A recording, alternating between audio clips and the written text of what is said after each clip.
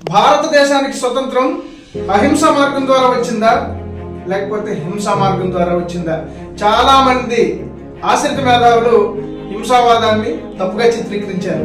కానీ జరిగిన వాస్తవం ఏంటంటే అహింసావాదంతో పోరాటం చేస్తున్నటువంటి గాంధీ గారి వల్ల దేశానికి స్వతంత్రం వచ్చిందని ఎంతకాలం మనం నమ్మాము, పుస్తకాల్లో చదివాము, చరిత్ర అదే మనకి చెప్పింది.